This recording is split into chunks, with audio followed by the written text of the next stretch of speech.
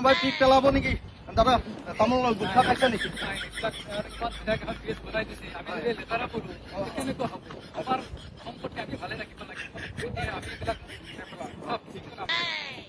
খুড়া খুড়ী কোনোবা আছে নেকি গুটখা খোৱা কোনোবা আছে নেকি ইয়াতে পিক পেলাওক দলঙত নেপেলাব এয়া আমাৰ সম্পত্তি অসমৰ সম্পত্তি অসমৰ গৌৰৱ ইয়াতে নেপেলাব ইয়াতে পেলাওক দাদা বাইদেউ কোন আছে অজ্ঞানী লোক কোন আছে ইয়াতে পেলাওক দলঙত নেপেলাব পিক নেপেলাব দলঙত ইয়াতে পেলাওক বিনামূলীয়া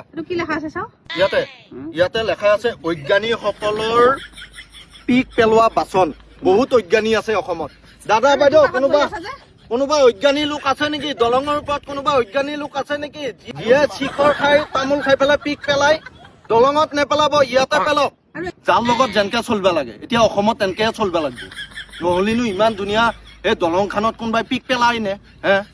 আজিৰ তাৰিখতো এনেকুৱা মানুহ থাকে নে বাৰু আহক দাদা আহক কোন আছে গুটখা খাই কোনোবা আছে নেকি দলঙত নেপেলাব মূৰ্খৰ দৰে দলঙত নেপেলাব ইয়াতে পেলাওক এয়া আমাৰ সম্পত্তি নিজৰ দলং সন্মানৰ কথা জড়িত হৈ আছে পৰিষ্কাৰ পৰিচ্ছন্ন কৰি আমি আৰু বেলেগ আহক দাদা বাইদেউ কোন আছে বাইদেউ কোনোবাই পিক পেলাব নেকি ইমান ধুনীয়া দলংখন বনাইছি অসমৰ গৌৰৱ তাতে যদি আমাৰ অসমৰ মানুহে যদি একদম জ্ঞান নোহোৱাকে পিক পেলাই লেতেৰা কৰে কেনেকে হ'ব হা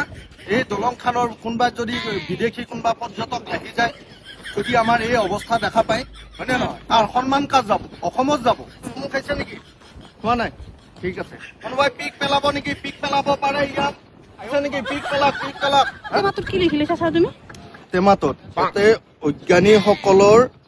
পিক পেলোৱা বাচন অজ্ঞানীসকলৰ পিক পেলোৱা বাচন আৰু মোনাটোত কি আছে বহুত আহে কিন্তু ইয়াতে বুজিছানে যাৰ কাৰণে ইমান ধুনীয়া দলংখন মানে লেতেৰা কৰি দিয়ে চা মোনাটোত কি আছে আৰু মোনাটোত এয়া এই চিপ চকলেট এওৰ পৰা বাকলি চিগাৰেট খাই পেলাই ইয়াতে পেলোৱে এয়া উপায় নাই কিমান চাফা কৰিবি তুমি একেদিনাই ভাল নহয় বিলাক হা কিমান দিন চাফা কৰিবি তুমি নিজে জ্ঞান ল'ব লাগিব নিজে পেলাব নালাগিব তুমি দাদা পিক পেলাব নেকি